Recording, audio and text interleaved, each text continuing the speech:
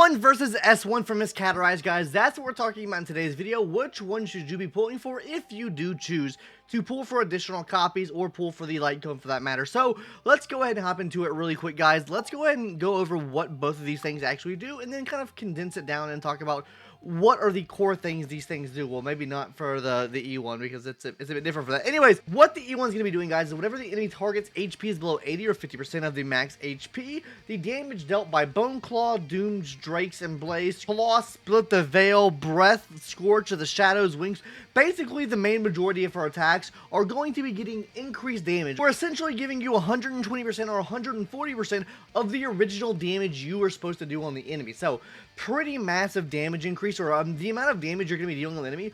This is a pretty big leap for what she's able to do. But let's go ahead now and talk about what the S1 is going to do, because the S1 on its own is also really good. Because the S1, guys, is first of all going to be increasing her own max HP. Also, whenever the wearer or the memo sprite loses HP during their own turn, which she will be doing every single turn she's on the field practically, she will be ignoring 30% of the enemy's defense, and this lasts for 2 turns. So this is practically 100% uptime on 30% defense shred. And then finally, guys, whenever the wearer's memo sprite disappears, what happens whenever you use your big burst, the wearer's action will be advanced by 12%. And this is really good and something to note. It's not speed increase, it is an action advance, which is really good.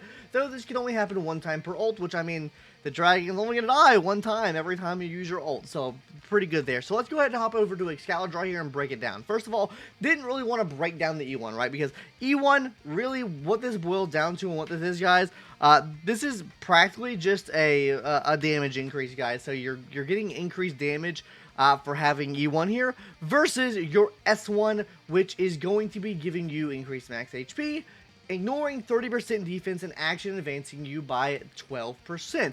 So let's go ahead and talk a little bit more in detail on which one's the correct option. I mean, honestly, guys, keep it a buck with you. I know a lot of people will probably sit here and say, oh, you need E2 for her, right? You have to get E2 for Miss Castorice to make her summon, right? Because what this does is after summoning the Memo Sprite Ring, she gets 2 stacks of Ardent Will. What these stacks do is when they're consumed, guys, it essentially negates some of the HP costs from the dragon, meaning your dragon can technically have a higher uptime because of the fact that, well, they're not using as much HP. On top of this, it's advancing Castorice's action by 100% as well. That means she's getting back up into the fray that much quicker, so when the dragon dies, you get Castorice back up to use her attacks there. And then when using the enhanced skill attack, she's getting an additional 30% new bud, equal to an amount of her max new bud. That's how you summon in the dragon, essentially, right? So E2 is very strong. Now, I will say, I don't think you need E1. I don't think you need E2 for this matter, right? Genuinely, guys, I feel like E1's a fake out. E1 is, I feel like E1's just shit. I'm gonna keep it a buck with you.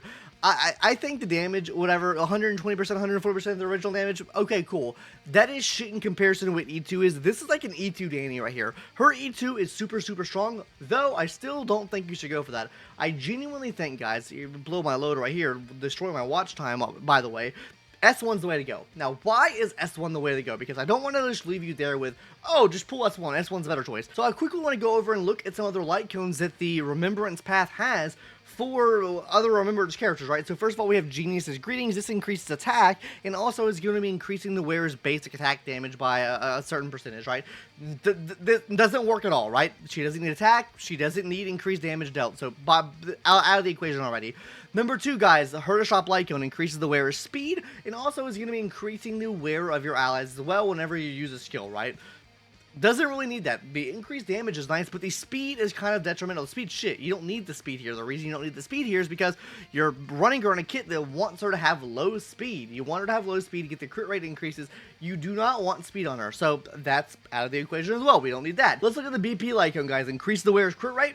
Okay, nice, but she already gives herself so much crit rate, you really don't need that. Next thing here, when the Memo Sprite's on the field, increase the Memo Sprite damage by 24%. I mean, like, all around, this can work for her, right? She can take use of both these stats. This can work for her. If there's something here that you are still not getting. Okay, Aglia's light cone. Okay, increase speed. You don't need speed, right? And then finally, Victory in a Blink, the free play light cone, increase the wearer's crit damage. Okay, that's nice. She doesn't give herself much crit damage, so this could be really good, right? When the wearer's Memo Sprite uses an ability on an ally target, increases target's damage dealt by 8%, right? Or 16% at the max. First of all, you're not using a skill on anyone, so that doesn't affect her, but the crit damage is nice though, right? So what is the trend here though, guys?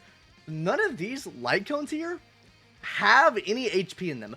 Her main shtick is literally feeding from HP, guys. Like, literally, she scales off of HP percentage, guys. Let's take a look at any of these things here, guys. Oh my god, deals quantum damage equal to 40% of max HP. Deals damage equal to 24% of Castorice's HP. Damage equal to Castorice's max HP. So you want to be building her into max HP. So that's number one why this is really good, right? So this is a amazing thing for this, right? Because outside of these options here, right, guys, genuinely probably the second best in slot option if you do not have this at S5, this BP light cone at S5, you're probably looking, the best light cone is probably actually an abundance light cone. Why, you might ask?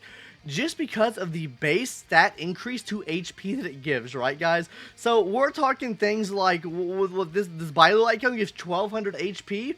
Hey, amazing, right? Fucking great. We love the HP we're getting there. We don't get to take use of this ability, of course, but we get the HP increase there, which is really nice. Another option you could use here, guys, honestly, you could probably use Post-Op. Post-Op has, I think, the highest 4-star capacity of HP in the game for, like, 4-star light cones go, right? So Post-Op Conversation can work there. You get 1000 HP from that. So that is really massive too. That again, you're losing 200 HP with the free-to-play light cone. If you decide you want to use the free-to-play light cone here, the Herder Shop light cone, okay, you're giving her 1000 HP, but you're also going to be basically losing some of her ability because you're giving her increased speed.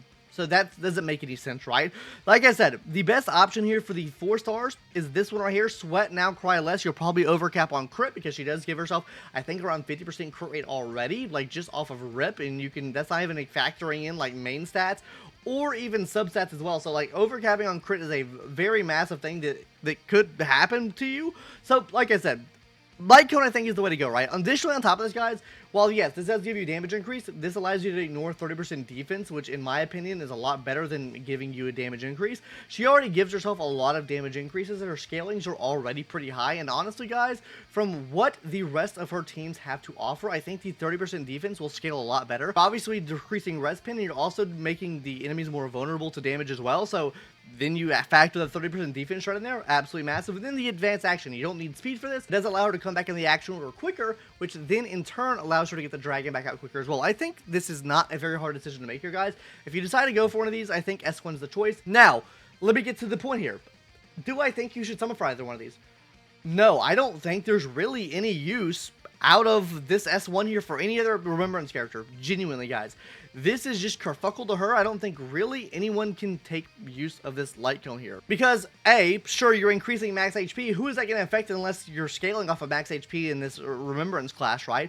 Number 2, you need to lose HP during your own turn, so that's not fucking happening. The only way I can see this happening is if you have like a Jingli Yu in your team. Sure, Jingli Yu removes HP from all your allies. That could work there too. Someone like a Jade, maybe you pair up Jade with another Remembrance character. That could maybe work too to make you lose HP on your own. Like, there are a lot of stipulations here to get this 30% defense ignore. And then on top of this, guys, whenever the Miller's Right disappears, you get the action advance. So all in all, I mean, this is not very good for any of the Remembrance characters, so genuinely, I don't think you should summon for either one.